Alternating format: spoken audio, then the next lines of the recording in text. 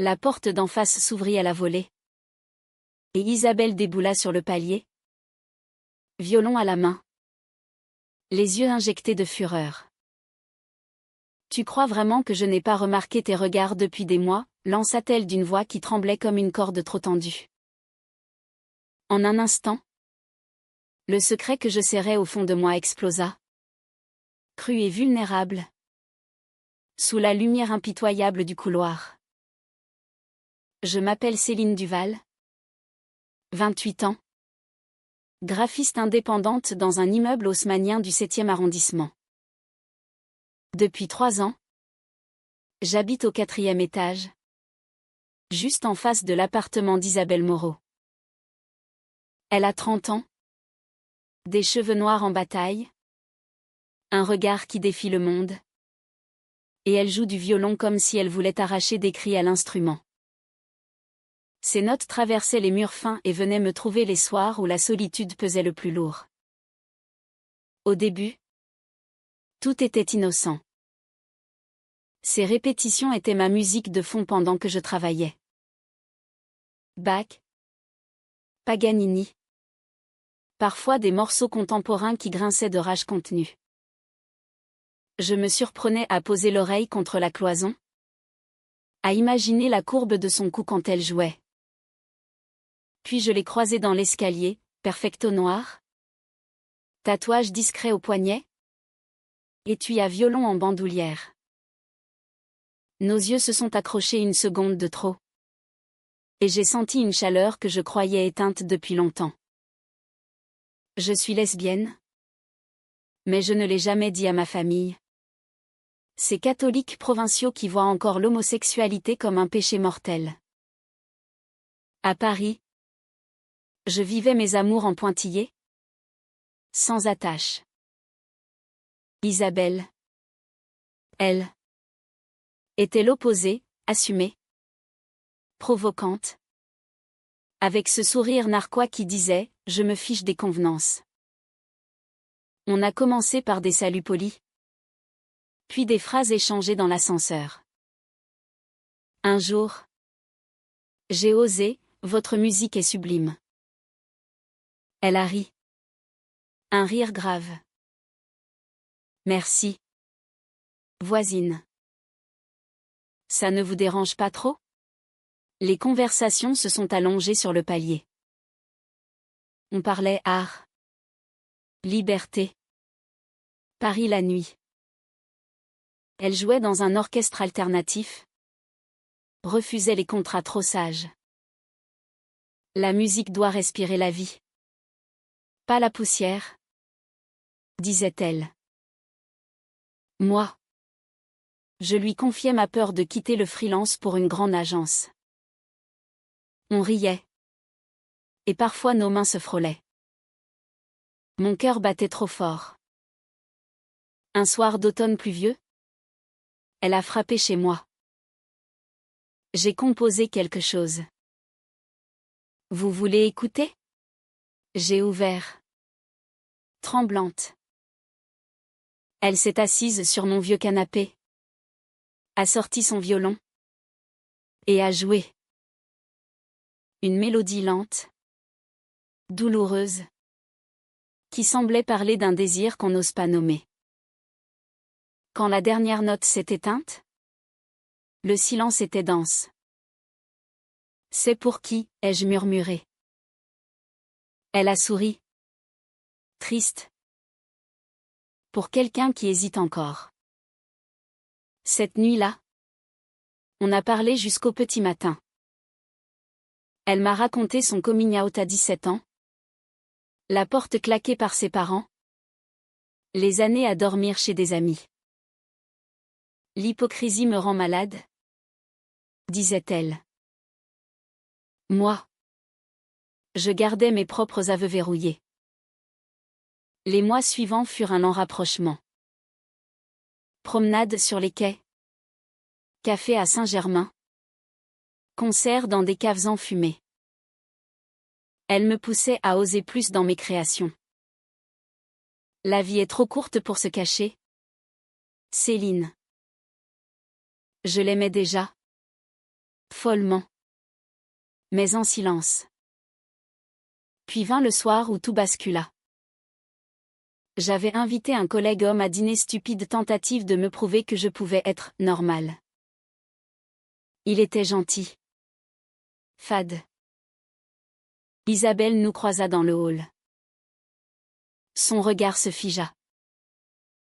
Le lendemain, elle surgit chez moi.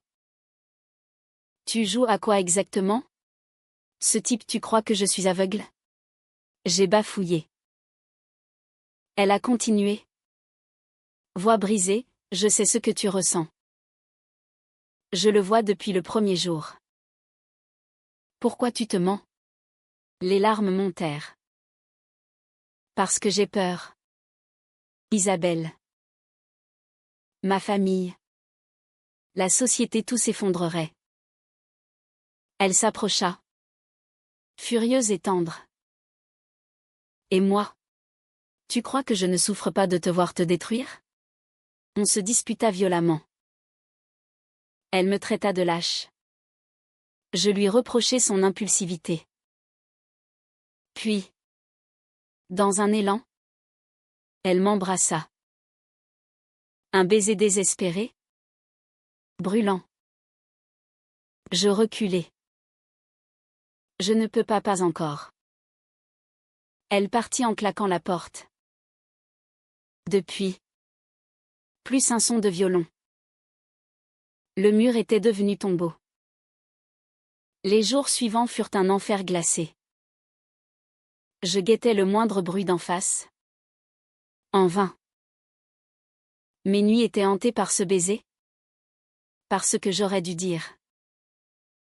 Au travail, mes designs étaient ternes. Sans âme. Une semaine plus tard, je glissai une lettre sous sa porte, pardonne-moi. Je ne peux plus nier ce que je ressens pour toi. Céline. Le lendemain, elle m'attendait dans l'escalier. Cerne profond. Sourire hésitant. Entre. On parla des heures. Je lui avouai tout, l'amour, la terreur, l'éducation qui me hantait encore. Elle écouta. Puis raconta ses propres cicatrices. On pleura ensemble. On s'embrassa doucement. Comme on effleure une plaie. Notre relation devint secrète. Précieuse. Soirée chez l'une ou l'autre. Mains entrelacées dans l'ombre. Promenade nocturne le long de la Seine. Elle composait pour moi seule. Paris nous protégeait. Mais le secret pesait. Ma meilleure amie Sophie, à Lyon, remarquait mon bonheur soudain. Je mentais. Noël approchait. Voyage familial obligatoire. L'idée d'y aller seule me nouait l'estomac. Un soir, je surpris Isabelle dans le hall avec une femme élégante. Elle riait. Complice. La jalousie me poignarda. C'est Élise. Une ex. Avoua-t-elle plus tard. Juste un café. Élise était tout ce que je n'étais pas, assumée.